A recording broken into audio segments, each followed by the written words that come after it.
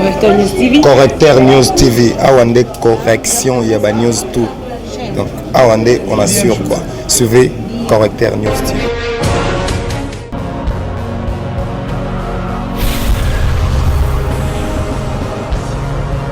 S'abonner massivement sur la Correcteur News avec Yemoko Rachou, la caramel. Check, c'est pas pareil. Correcteur News TV, merci à quoi battre boza vraiment ebelé tant dans de la lumalia pe boko tala bo tinde le bato mususu mais boye bisaka bango basabunaka Rachou la caramel toujours là pour l'encosola masolo ya mboka balobi politique na mboka na biso eza ko barder discours to pe adresse ya mokonzi mboka kuna devant diaspora ya Londres ça fait débat awa na mboka lisusu la présidente Janine Mabunda présidente de l'Assemblée nationale malobania loba qui ça fait encore débat mokonzi mboka awa na mboka na biso après kozonga na ye ko uta Royaume-Uni à cause de la bongo liboso ya peuple congolais le 26 et kozala bongo mokolo ya dimanche na stade de Martyr na bonne kinbo peto pe ezali loko za kotumisa biso makasi en tout cas Congo solo leki na bonne to ko solo ngo lelo na moyimboka moko balobi azali analyste politique pe mopanzi sango la yamba ye pona ngai nazanga moko te naza pe na ndeko na nga balobi la joie meta l'immortel moi c'est moko bien quoi bonjour la joie meta l'immortel bonjour ndeko boni madame madame en tout cas masolo ya mboka eko préoccupé biso ni ke biso ba panzi sango esengeli ya moko to tsaka ba yimboka o ba libanda ya mboka to tsaka ba na kata ba to me ba actualité ba ba masolo ya mboka ko tambola lengeni. Merci vraiment à Chou la Carmel. Merci vraiment aux APS mingi plaisir ba yimboka nyonso baza libanda ya mboka ba yebaka ba information vraiment eza vrai eza information ba zuité ki karabo ba zu ba lambi yango ba tsango ba mu wana ba pilipili ba ministère bango te information eza vrai penza original source eza malamu mingi pour la vraiment en tout cas la bonne photo sur là tous mon imboka invité na biso en tout cas natika binimbo de couvrier to yambi on est 50 ndeko mbote ndeko boni yo kitoko pepele santé ndengeni santé zaka ndenge ozomona ni banda facha zo pouvoir ndezomona boye ata bato mosusu bazoloba biloba 18 ans 0 mais santé za posé en tout cas la joie meta une année déjà mokonza mboka 2019 2020 une année déjà le 24 vraiment ndeko tozonga tosala analyse ya une année oyo comment mokonza mboka ndengeni atambusi mboka penzi tamboli ndengeni ni bandeko baza libanda mboka bandeko baza partout même na mboka na biso ya Congo Kinshasa bana posa koyeba mokonza mboka atambusi mboka na ye ndengeni ni yango tolingi tozala biso mboka to yamba kosalisa pour biso pe analyste politique to solana mama ina ndenge za boye botuna fali a relivrer concert on a poto dans des jours. Vous comprenez le bilan une année. Pour les musiciens, par contre, ils bêta mango, batuna JB. JB allait là, ouais. Vous comprenez qu'une année il y a une makambasika. On t'a dit bosso, na qui na moi exemple moi mon keza fali pour. Quand la mingi t'a relivrer concert na poto na Paris, diaspora nous c'est la présent. Au chef de l'État expliquer makamudingi rozala. Vous comprenez que une année à chef de l'État ils ont déjà moi quelque chose. Ils ont ébélé pour discuter dans la émission. Alors, moi, Mboka, une année à chef de l'auto, il m'a ébélé. Pourquoi il a seulement eu comment attendre balé. Nathan, il y a les bosses qui ouverture, il y a espace politique, médiatique, bâtiment c'est pas comme libre, hein. Même là, oui, basango ba utikolo bango na katix. Basali basango basali constant. Ensemble na ba chef ya ba confession religieuse nyonso, basali constant que banda l'alternance et salement lelo na kati ya mboka na biso bato ba koloba mwa muke hein mutu pe alobi boya critiquer pe chef de l'état vous comprenez hein moi marche pe ezali ezati ke olobi ndenge tozala kala olobi boye tout puissant kalève atindilo bato ba kamati ba bwaki okuna okosala ta 3 ans sans pourtant ko sambisa yo allez basi bakanga ozo comprendre c'est eza parmi makambo esami na une année moi en tant que mopanzi sango en tant qu'analyste oyo na koloba ke na une année chef de l'état asali makambo pe ya mabe ezali oyo ba peuple congolais banda ko s'entendre et ça le même problème so ba peuple congolais toza batu ya nzala to fanda bambula tout ça là 32 ans ya mpiaka ya nzala Kabila le père a 3 ans ya nzala ya mpiaka moi na ya Kabila le père a tout ça 18 ans ya ngona moni ba sango ba lobi makambo ekomi ko kende moi muke banda tout ça là alternance politique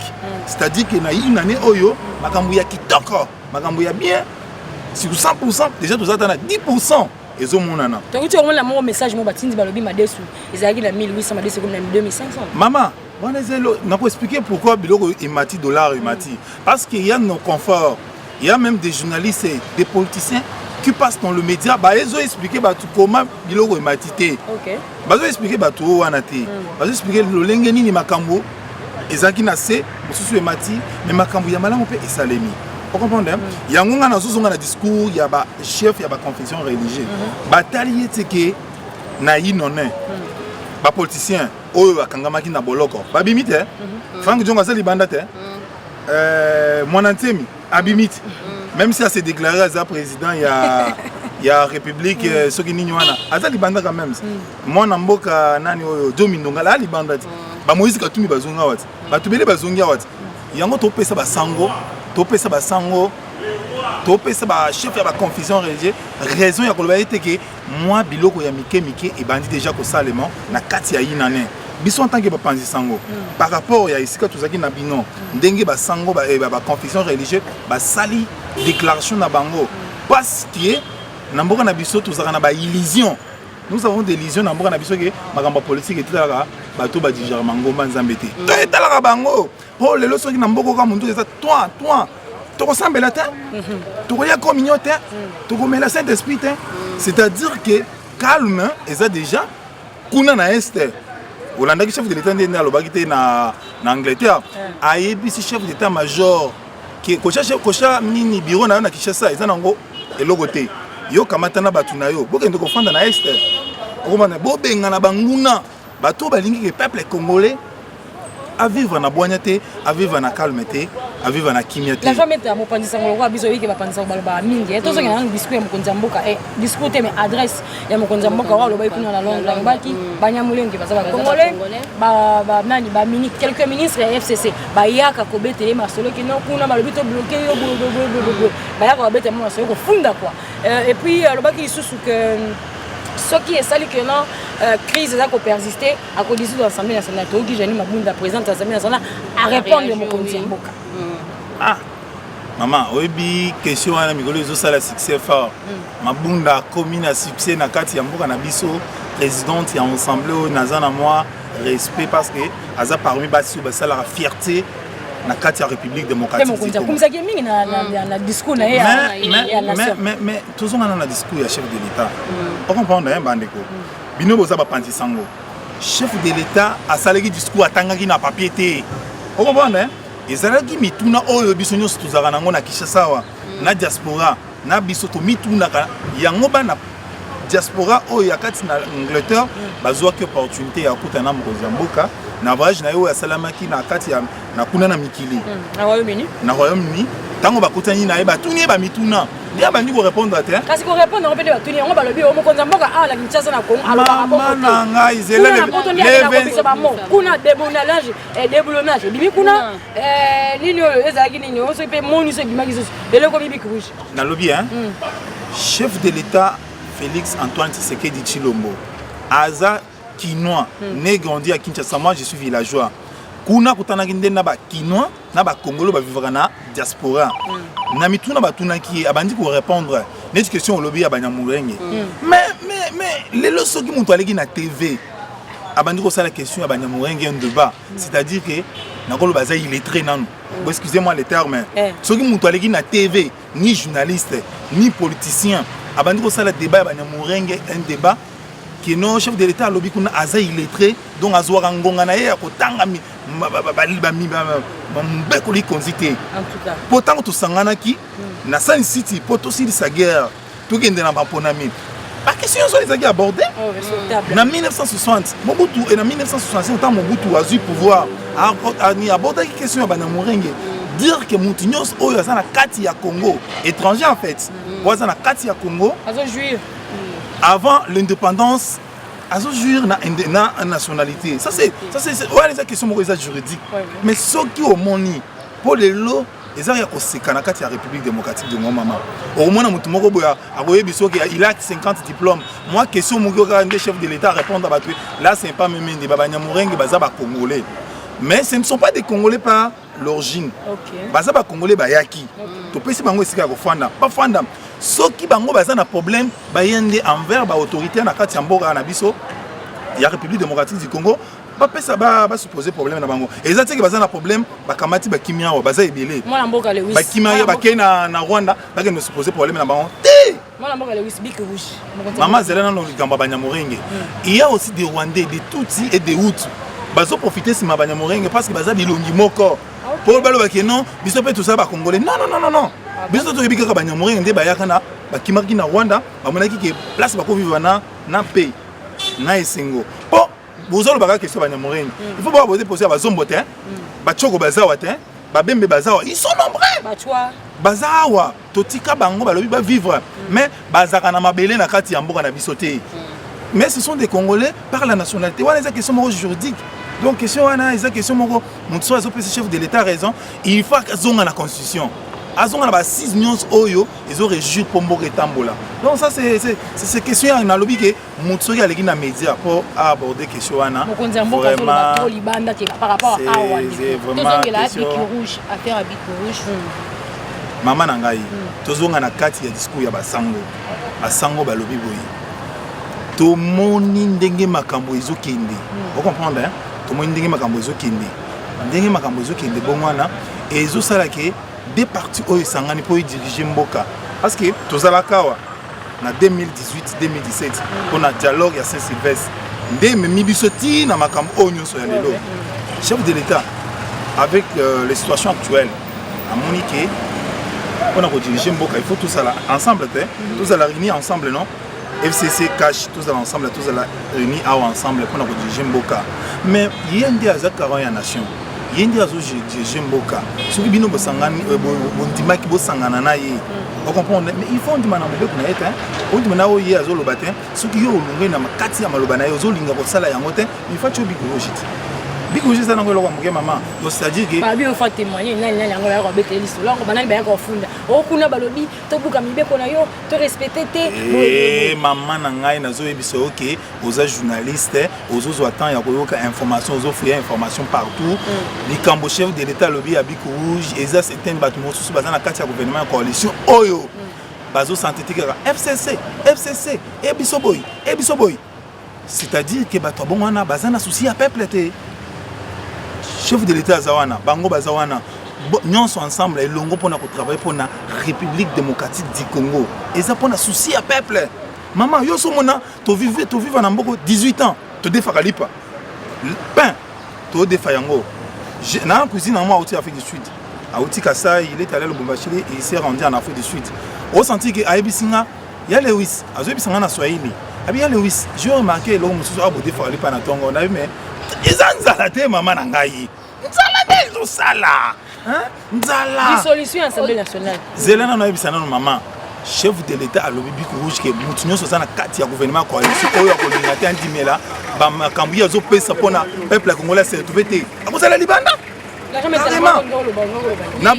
nazo pe na lobi na ministre Sélé le ministre ya finance hein soki ezo s'entêter kaka donc Bic Rouge vous allez na ye azamu to liboso ya azamu to liboso ba ko cha Bic Rouge ministre na ye vice ministre na ye afunda ye na conseil des ministres qui a besoin de dépenser mboka de dépenser mbongo il faut pas dépenser yango il faut pas faire des dettes intérieures pour mbongo ça en circulation de toutes les mibo etala to y conférence de presse il y a basango il y a confession religieuse vous comprenez tant ba personne ta moins 1000 francs aux na transport aux na moins 5 côté mbongo il faut ezala pour permettre motu à sala musala raisonner ministre ya finance azoboya ko dépenser mbongo et comme le kola mbongo na ye soit azo le po azwa liloba azwa courage à dépenser il faut azwa liloba ya konini ba benga ina autorité morale aza pour représenter l'oroté na kati ya mboko ye moko pe muto abatu akoza la côté afandi na calme bino besoin na kati ya gouvernement au lieu de diriger mboka mais tout le monde qui a la inauguration régie des eaux mon konza mboka ye moko le président Félix Antoine Tshisekedi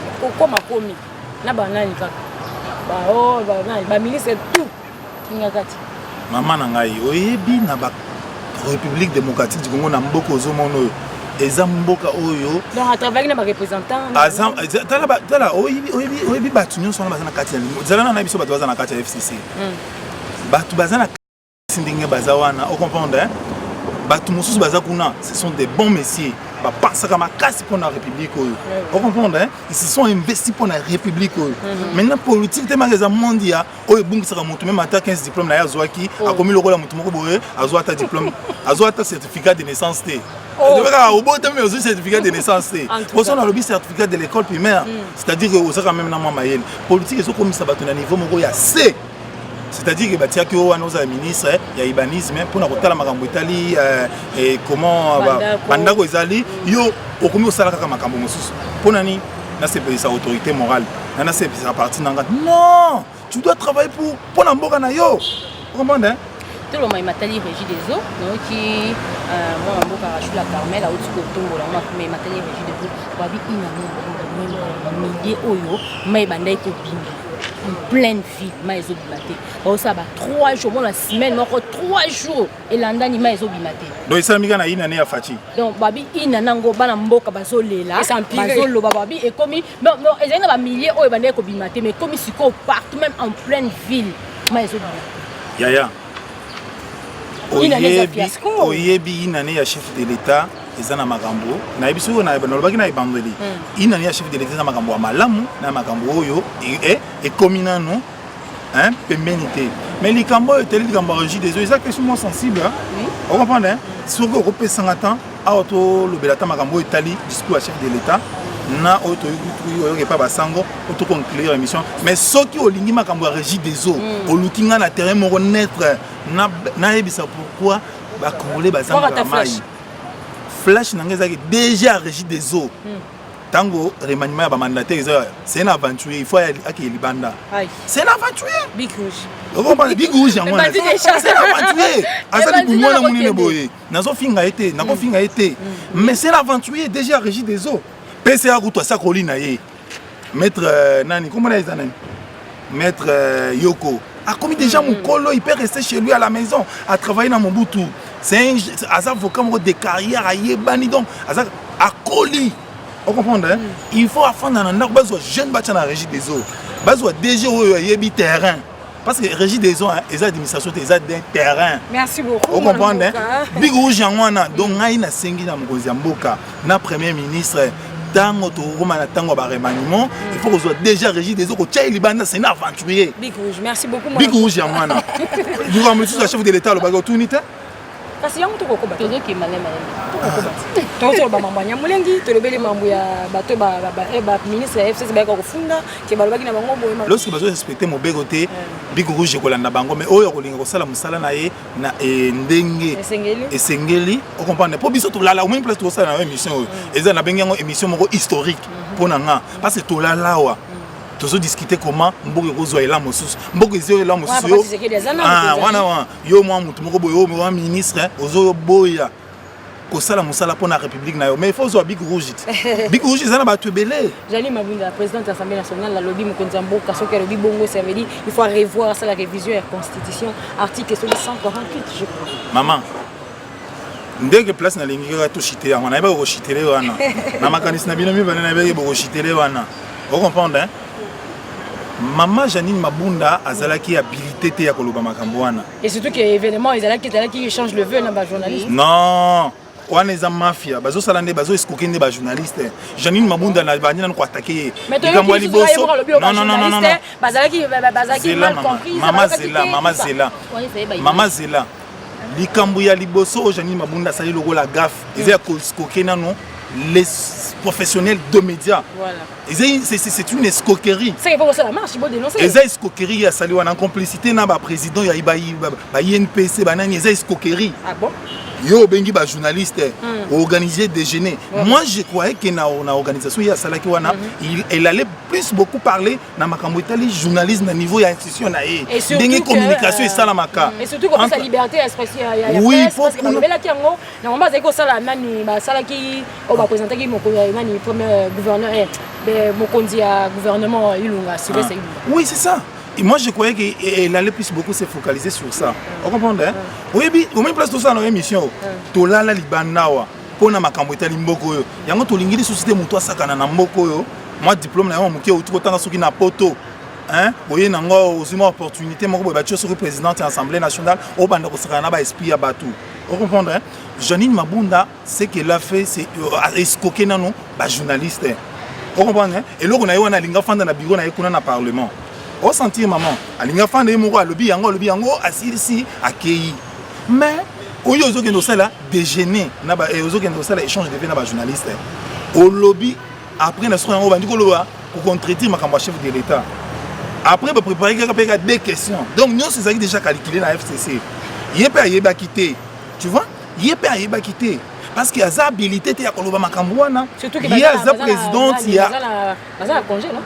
Maman, surtout dans le congé, il y a des habilités pour répondre au chef de l'État, pour répliquer le discours au chef de l'État. Parce qu'il y a des présidentes, il y a institutions, il y a un bon canabis. Vous comprenez? Ce qui, sur le bac en dehors, il y a ça allait être pas un problème. Il y a des années qui touchent. Vous comprenez? Surtout ça, il y a un bon canabis sérieux, il a démissionné. Il a démissionné. Non, maman. Au moins, une place, on a émission pour une émission, tout ça, on a une émission historique.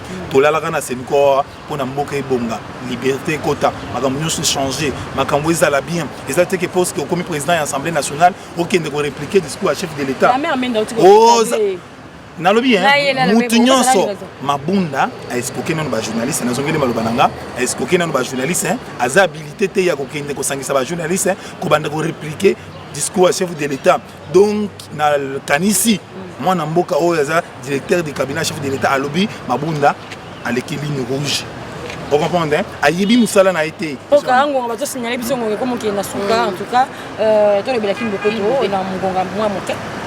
Ah, maman nangai maman moké chef de l'État chef de l'État le baki pic rouge dès sur les amis golote ngobila gentini ngobila soki ya yokité a kozala kanga ba biso et là tout ça le 24 janvier 2020 a kozala premier gouverneur au bakino bakobima bango nyonso na zela toke ko bengana ye. Vous comprenez maman pour kinbo pe tout ça na slogan fulu lekiti na tango kimuta ngobila zo yeba place ko bandela te na place à Koussoukisa te. Vous comprenez? Kinshasa est commis plus que Tango Kimuta Zalaki. Est-ce que vous pensez sous chef de l'État raison il y a Big Rouge? Vous comprenez? Big Rouge vous allez pas. Il y a bateau bazo kende, bazo remplacera bango bozo comme komi c'est sous bazo kende. Tenga na commis Kimuta te. Oh on doit préférer na tango na mais tango ne peut pas que qui les a salté ma place. Vraiment. Na na commis Kimuta te. Na lobby hein. To banda ko loba Kimuta commis qui cherche salité. Ngobila ye les sous pour commissango les plus en plus salité na ko bando biso so keinam pompage salité mo beaucoup mais ça batia na komina ngale mana a bébé place ko bandela ti soko keka na 24 ans maman na niveau ya yese wana o komona ba chasser aux wana plein donc soko keina changu kutu ko lobate mais il faut nini sortir ya sorti ya ko komisa Kinshasa ezala propre il faut basa la ba étude de faisabilité parce que ba étude doit salemati. Il y a un slogan Kinshasa Bopeto. Il faut que ni ne sont empêchés pour te boire comme matiti. Parce que le problème c'est que boire quand des matiti. Est-ce que le projet où moi le député n'a biso tingi pour le bara na parlement on a le quoi on peut vendre non il faut battre mais be ko ya chef de riba za ko te on peut récemment l'initiative maman na ngai na zo biso ke pour le moni mission na biso ko na sukande ko mo lo bayango. Question ya Kinshasa Bopeto na lobby on a aussi sango que Gobila asala musala a commissaire la biso Kinshasa propre na yebi ke mutu mosusu ko telema na kona ya ko finga nga ye wana za villageois j'accepte na za villageois mais il faut mboka na biso comme lokola baninga tango to lobby développement il faut banda na biloko ya mike Kinshasa il faut comme nanu propre salité ici là qui ne peut pas la slogan te oza la gouverneur wana ka pona ko panza ba mongo pe na concert ko fit et concert JBT JB azobeta concert boye yo gouverneur autorité ozwi mbongo ouais maman nous avons tous ça on a ba anti valeur yango on moni facha lobby rouge big rouge ali bosse ko bandele pas madame Janine Mabunda akozo maman na big rouge ya mibale biso ba kino moko to kotambola inde ti pa gentini ko bila to ko benga na ye Merci beaucoup, moi, Mboka Lewis, Zali Bongo Mapandi Sango, puis analyste politique, merci. C'est vraiment la masolo, il y a 4 babi maxolo, puis aussi ça, où ils ont ça, la Mboka Nabiso, et République démocratique du Congo, la Zalaki, Nande Konanga, la joie bêta. Merci en tout cas, la bien surtout besoin. Les Bakou ya Kolanda Biso, Nangonga, merci beaucoup en tout cas, Ndé Bolandi Biso, Bande, Bande, tout comme la souka, Nangonga, en tout cas, merci ma Kassi Penda, la bien tenue Bolingara, vraiment Rachou la caramel, la masolo, Nabiso, na correcteur News TV, Balobi, correction et ma news, nous sommes rendez en tout cas. Bogine tout ça les corrections dans ma réunion soit de Lewis a corrigé dans nenga mukete to rozana li sous à Kalamingi. Merci en tout cas ne besoin les mater pour soutenir correcteur News TV, ne besoin les mater pour soutenir Rachou la caramel journaliste na bino ya solo abi la chaîne d'actualité en tout cas. Merci Roger les combattants depuis France, merci na papa ma passe depuis Mboka Mandela, merci na Balobi héritier Lokwa depuis Mboka Mandela. Merci Balobi, papa Serge Koussanika, merci na mon boss Yves Mavambu, merci Yves Mandika depuis Luanda, Balobi, il passe à la Rachou la caramel de Léa Omba, donc ceux qui vont venir à Télé Maboué, c'est grâce à Léa Omba. Merci na Diama Boutique Aline Djambe, moi ça peut m'accordé à Ngouina côté Diama Boutique de la Tanga, merci na moi ça Mondele, Babi Jaël Lengoy. Maman Yabana, merci les sous-sous. On a bien surtout Bozik Baka Kolanda Biso. En tout cas, correcteur News TV, tu vas bien que non. Ah, on les a solution News Nabino, bon sabonaka. Bolanda toujours balé totine de la Bino, pour soutenir la chaîne Nabino d'actualité. Oyo, en tout cas, merci Nabino. Correcteur News TV. Correcteur News TV, Awande correction, il y a News tout. Donc, Awande, on assure quoi. Suivez Correcteur News TV.